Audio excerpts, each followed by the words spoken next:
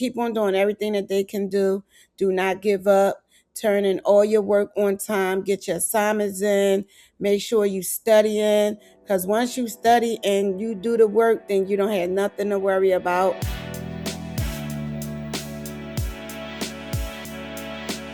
Hello, Blue Jays, and welcome to The Nest, stories about life after Manor College. I'm your host, Kelly Pfeiffer, Vice President of Marketing Communications, and this is the best part of my day. My hope is that this podcast will encourage, inform, and inspire you, making you feel like at Manor College you belong here always. This is a special edition of The Nest coming out to you the day before our class of 2026 commencement. Congratulations, graduates. Before we get to today's guest, it is time for a Blue Jay Spotlight Graduation Edition. Aiden Tiblier graduates from Manor College tomorrow with his bachelor's degree in psychology. He came to Manor College from New Orleans, Louisiana. Before coming here, he never lived in the Northeast, never had a cheesesteak, and only heard the rumors about Philly sports fans. Before he crosses the stage tomorrow, we asked him a few questions about his time at Manor College. I kind of took a gamble on Manor. I was coming off a really big knee injury, and I was kind of told, my doctors were like, they weren't sure if I was ever going to be playing at a high level again. I was on a recruiting platform that I forgot about, and JD sent me an email.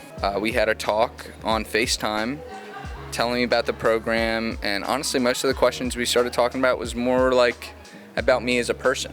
And that really made me want to come here, because he was making more of an investment into me as a person than just as an athlete. And I think, without ever looking at Manor, ever visiting or being in the only place I had been in the Northeast was New York for a couple of days. And I drove up here and I moved in the residence hall all by myself. So Manor, community here, that held up for sure. At first glance, you might think that a lot of people here are really shy or very quiet, but once you warm up to the community, a day doesn't go by that I don't talk to people. I don't just end up having random fun conversations or interesting conversations, and 90% of the people here are locals. And so for me, as somebody that, me and the other guys that aren't from around here, or even from the Northeast in general, it's cool to see how different it is, and to have people take you off campus or telling you about what's going on in the city or what's going on in these guys' neighborhood, and they show you, and that's really cool. I think one thing people should know about Manor is that this is the safest place to fail. If you're gonna be unsuccessful at something and be successful at something later down the line, I think this is the place that's gonna, kind of gear you up for it. On the field and off the field, I've never been the fastest guy here on my soccer team, and I've never been the greatest student in the classroom, but I work a lot harder than everybody, so, it kind of drove me past all those failures, from a failed class or a loss or, not making a position to work harder, keep working at it. No matter how many times, it didn't work out, I'm going to outwork it. I'm going to outwork the loss. So that's definitely the biggest lesson I got. Today's episode is sponsored by the Class of 2026 gift. You voted, and the Class of 2026 gift campaign blanket sale is there. These are beautiful, large, minky, soft Blue Jay Spirit blankets that we're selling for $30 per blanket, premium quality, large size, 50 by 60 size, proudly made in the USA. All proceeds go to the Class of 2026 gift. Don't miss out on this limited edition keepsake. Grab yours in Manny's Market or by visiting manor.edu/2026 gift. Get yours today. Joining us today is a woman who perfectly defines the word unstoppable. She is a Philadelphia native, a proud graduate of Northeast High, and a history maker within her own family as a first-generation college student. But her journey didn't stop at just getting to campus. She actually conquered it twice. She is a two-time alumna of Manor College, having earned her associate's degree in 2022, and now she'll be graduating next Thursday with her bachelor's in healthcare management for the class of 2026. Her leadership and academic excellence led her to be selected as the 2026 Student Commencement Speaker. Beyond the classroom, she balances a professional life, currently serving as a patient access representative at Jefferson Health and as Secretary 3 for the School District of Philadelphia. Perhaps most impressively, she has achieved all of this while raising 6 children, proving that with enough grit and the right community, no goal is out of reach. Please welcome the incredible Wandell Scott. Hi, Wandell. Hi. Thank you for being with us today. Yes. So, start us off, Wandell. How did you hear about Manor College and what made you ultimately decide to attend? Well, the first time that I heard about Manor is through my daughter, Jakira Williams. She is a college graduate from Manor. She graduated a couple years before I started, and she was had the choice of two schools, which was Cabrania and Manor. She liked it both of them, but then she wound up wanting to choose to go to Manor. And I told her, go where your heart leads you. And Manor has been very good to her, treated her very good. And I told her once I completed with my high school diploma, which I did, that I wanted to go to college. And because Manor was good to her, I wound up enrolling in Manor, and that's how I became one of Manor's students. Oh, wow. I love that. We hear oftentimes stories of like parents telling their kids where to go to college, but we don't often hear the reverse. The kids telling the parents, "Mom, go to Manor." Yeah. Thank you for that endorsement. That's Yes. wonderful to hear, and I'm so glad that was her experience, and that has been your experience as well. Yes. But Wandell, you are what I call a double Blue Jay. So you're going to have 2 degrees from Manor. Yes. What about our community really made you want to come back to Manor to get your bachelor's after finishing that associate's? Well, what made me want to come back to Manor and to stay with Manor is because Manor felt like home to me. The staff was very supportive. My professor, every professor that I had was very beautiful to me. Mary Sims is one of them. Oh, I love her so much. She has been there with me throughout everything, even through some of my semesters when she wasn't my professor. I was still able to call her and speak with her. Also, Dr. Crosby, she's another one that was there for me, and we talk, on a daily basis, even outside of Manor and things like that. So Manor just made me feel more welcoming, home like, very supportive, very passionate of everything. Even when I had to go out and have my spine surgery, every professor that I had was very supportive of me. They called me, they emailed me, they checked on me, and it didn't stop there. I got myself back to health where I was able to start back on my work, and all I hear is you is strong. Because anybody that had surgery the way you did wouldn't have never been able to turn in work and have my work in on time and everything. But the staff here at Manor really made me feel welcome. That's awesome. So it sounds like you had some like faculty champions who were in Yeah. your corner, regardless if you had them that semester or not. And then obviously that also helps you stay accountable. And you have people that believe in you. That helps you stay motivated. Like these people believe in me, so that I believe in myself and I can do this. But let's kind of take it back a minute here. So Wandell, you are an adult student. You are not a traditional college age student, and your path of education has not been traditional in a sense. And I think that's something you've talked about in other stories and around the college. Can you kind of take us through like why go to college at this point in your life when you have jobs and careers and you have things established, you have a family? It sounds like a hassle and really inconvenient for someone in that situation. But like, why did you choose to pursue higher education later on in your life? Because when I became pregnant in 1992, um it just like I felt like it just hindered me from going on pursuing with my education. I was high risk. I was sick a lot. I was taken out of school. So it was like, and then once I had my son in 93, I never went back.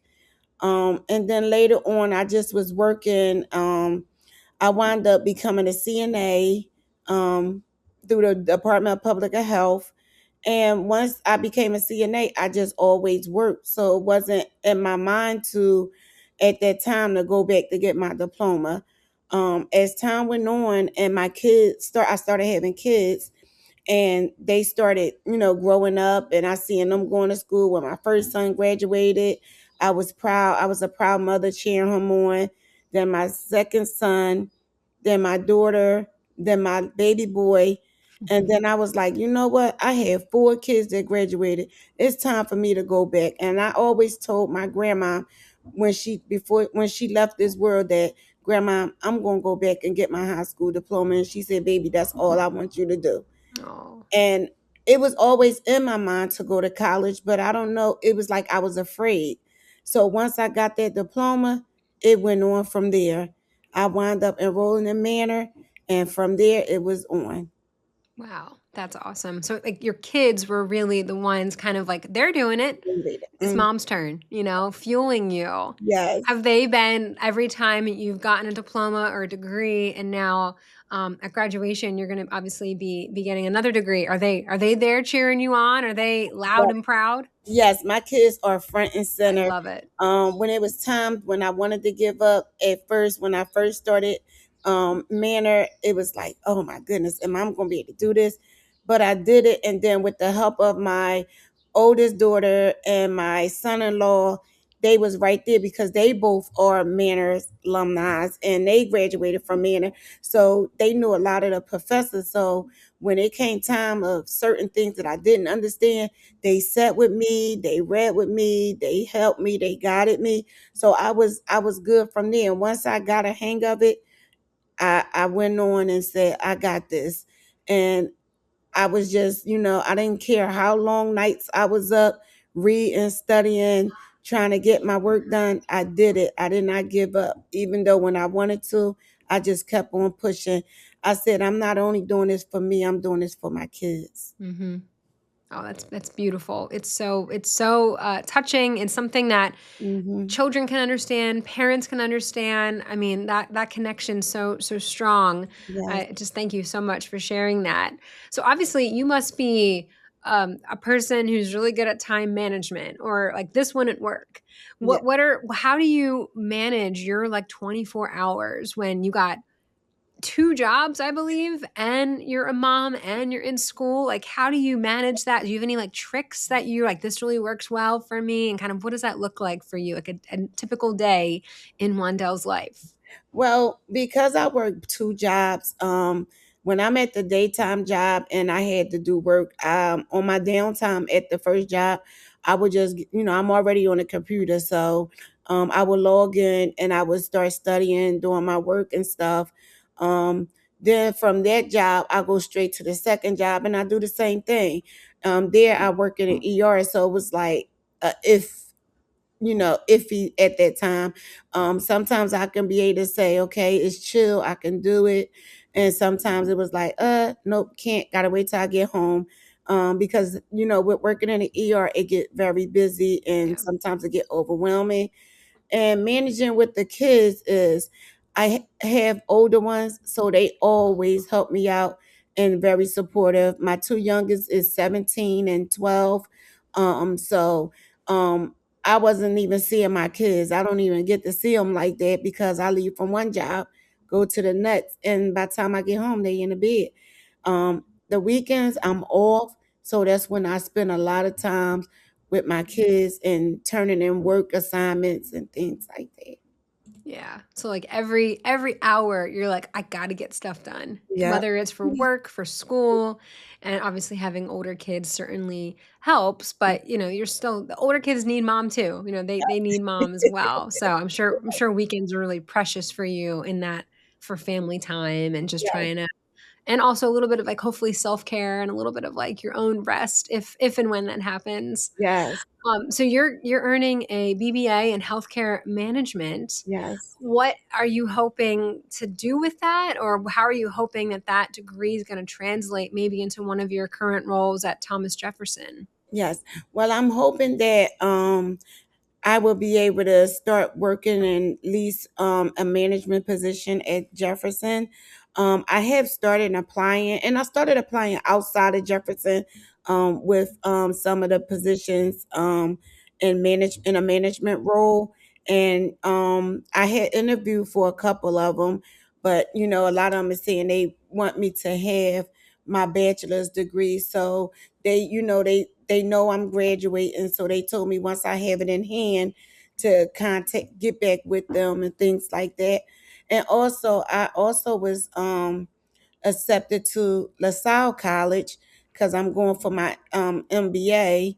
Um, I'm in a program, so I will be still working and still going to school at the same time. So I didn't just want to stop there. I wanted to keep going until I get a higher degree that I know that I can work anywhere that I want to work. Wow, you are like super super woman. I don't. Of course, you're going for a master's. Of course, it doesn't stop there. You know. Yes. That's awesome. What do you feel like some of the foundational things that Manor prepared you for to then go get a master's? Like, what are some of the lessons you feel like you're going to take with you as you go for an MBA? Like my businesses, lectures that I had, the apprenticeship, the internship, the occupational health safety classes that I had. It was a lot of classes that I had, the capstone that I had to do. So a lot of my classes that I have that I'm going to take with me and remember a lot of the work that I did through those classes. I'm going to also fit that into what I'm going for at in LaSalle, and there is their business administration, but it's an MBA. Yeah, yeah, that's great. That's a great degree to have. That's really versatile. That can really go in many different ways. And I feel like if you want to work in management, that's certainly you can't go wrong with an MBA. That's awesome. I'm so happy to hear that for you. Congratulations. Thank you. And So it is, oh, so this episode's coming out the day before our commencement. So it's yes. coming out right before the commencement. This is our special commencement episode. What is, I know you're going to be our commencement speaker tomorrow for we have two student speakers, you and another student named Merritt. What's something that you're really hoping that, without giving away any too many surprises, what's something though that like you want the class of 2026 to really take away from your remarks? Never give up on your dream. Do not stop. Keep on going. Don't let nothing hold you back from doing what you really want to do. And you're never too young. You're never too old to not go back and, chase your dreams.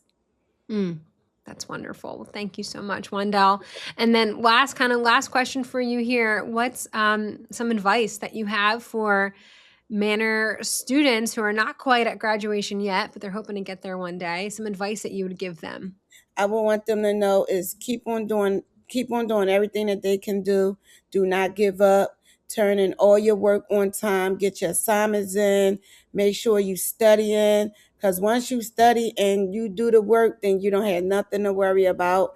And that way you can have your free time and everything. But always stay focused. Always read everything, read every assignment. This way you can get your grades in. Just keep the communication really well with your professors. Keep the communication with your classmates. You have classmates you could talk to if you can't get in touch with the professors at time. Just keep doing what you're supposed to do. Don't never give up. Don't let nothing discourage you from doing anything that you want to do, and go out there and be all you can be. Mm. Wow, well said, Wandell. Well said. It's been such a joy to get to know you and hear your story. I had the pleasure of having you in my one of my classes this semester. Yes. And, in the class, it's an apprenticeship class. So students really just work and then they reflect on the work that they're doing for the class. And obviously, Wandell has no shortage of work experience. So getting to read your journals weekly, I felt like I got a sense of like who you are and the kind of person you are, and the words that come to my mind just thinking about all of your journals. Like, you are caring, you are thoughtful, you are thorough. I feel like you know details about patients, about students, about whoever you're serving. Yeah. You are on those details, and I can't thank you enough for sharing those with me. And it's been really an honor to get to know you. And best of luck with everything you got going on. We're always cheering for you. Thank you. Thank you for tuning in today. If you like what you heard, listen and subscribe on Spotify or YouTube. Stay up to date with all new episodes by following Manor College on Instagram at Manor College. And that's a wrap on another episode of The Nest, stories about life after Manor College. Remember, Blue Jays, you belong here always, and a special congratulations to the class of 2026.